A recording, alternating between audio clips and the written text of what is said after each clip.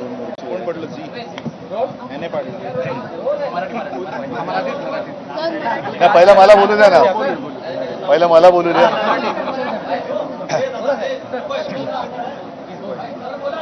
चल, मी आज विधिमंडळात येण्यापूर्वी आझाद मैदानला गेलो होतो आणि आझाद मैदानामध्ये एकतर विना अनुदानित शिक्षक आणि दुसरं म्हणजे गेले अनेक वर्ष आम्हाला घरं द्या ही मागणी करणारे गिरणी कामगार, या दोघांची आंदोलनं तिकडे सुरू आहेत.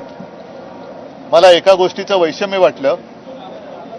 महाराष्ट्राच्या विधिमंडळाचं अधिवेशन इकडे सुरू आहेत, लोकप्रतिनिधी इकडे आलेले आहेत, परंतु लोक ज्या व्यथा त्यांच्या वर्षानुवर्ष मांडतायत ते मात्र आझाद मैदानात तिकडे आंदोलन करतायत. साहजिकच आहे, शिक्षकांना सुद्धा आम्ही वचन दिले की आम्ही तुमच्या लढ्यामध्ये, तुमच्या न्याय हक्काच्या लढाईमध्ये तुमच्या सोबत आहोत. गिरणी कामगारांचा तर प्रश्नच नाही, कारण गिरणी कामगारांचा संप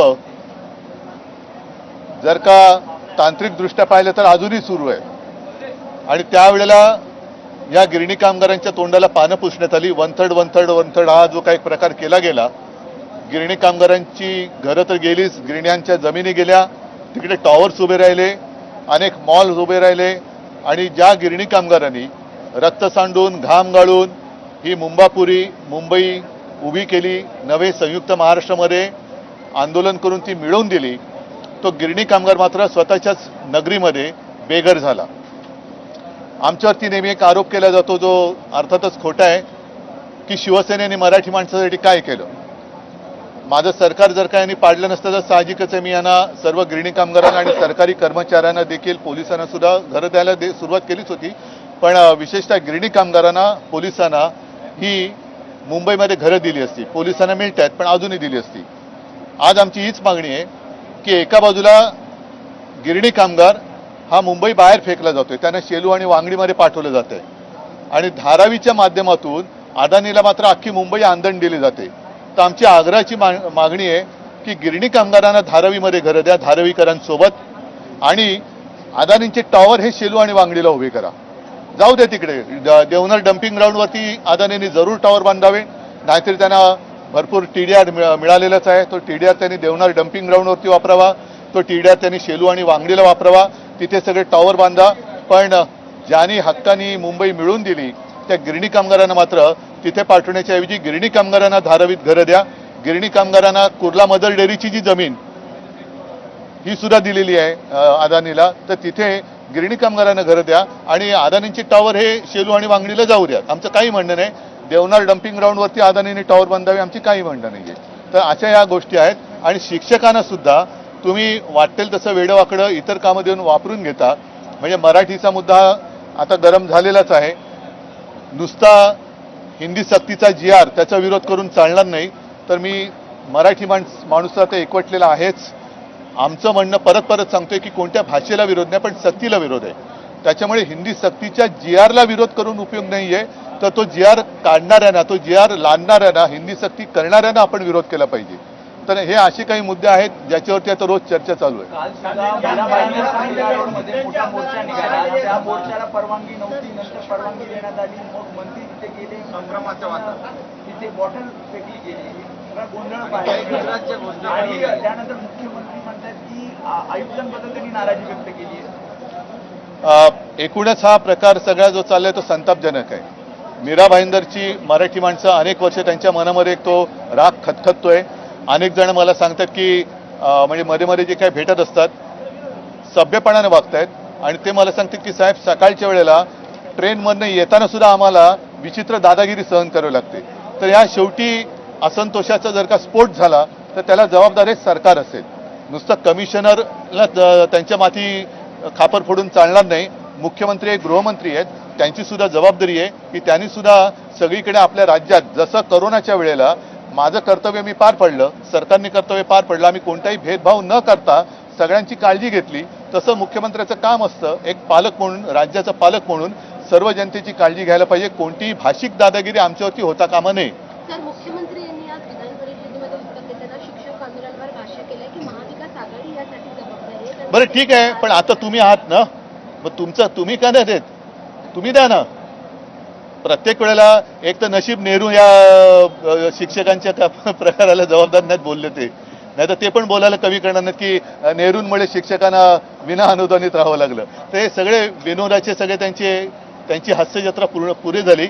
आज ते बसलेत, गेले 2.5 वर्ष तेच होते, आमच्याही आधी तेच होते, आता सुद्धा तेच आहेत. तर समजा आम्ही नाही करू शकलो, तुम्ही करा.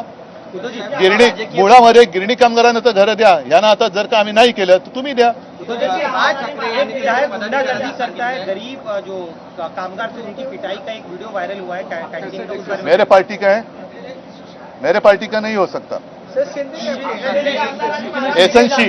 एसएनसी गटाचं आहे ना तो, त्याचं नाम ही एसएनसी है और क्या उसे उम्मीद कर सकते हैं.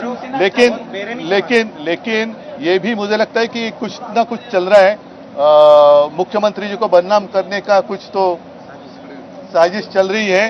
तो मुख्यमंत्री उन्होंने उनकी अँटेना जो है ऑन रखनी चाहिए.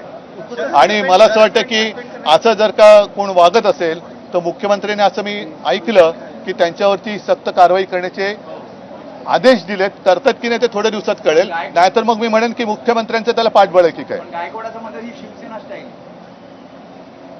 ही शिवसेना स्टाईल नाहीये आणि ते मुळामध्ये ते शिवसैनिक नातं नाहीच आहे, ते एसएनसी गटाचे आहेत.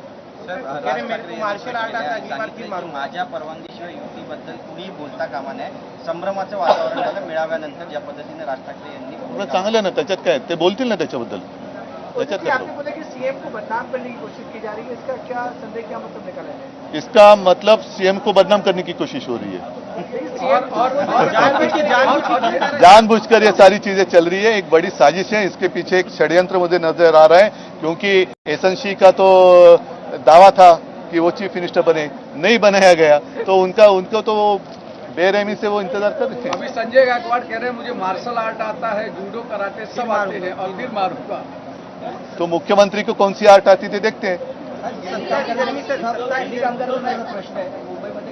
काय ही अशी फालतू लोकांना महत्व देण्यापेक्षा जे गिरणी कामगार आहेत, शिक्षक आहेत, शेतकरी आहेत, ह्या लोकांसाठी हे विधिमंडळ असतं.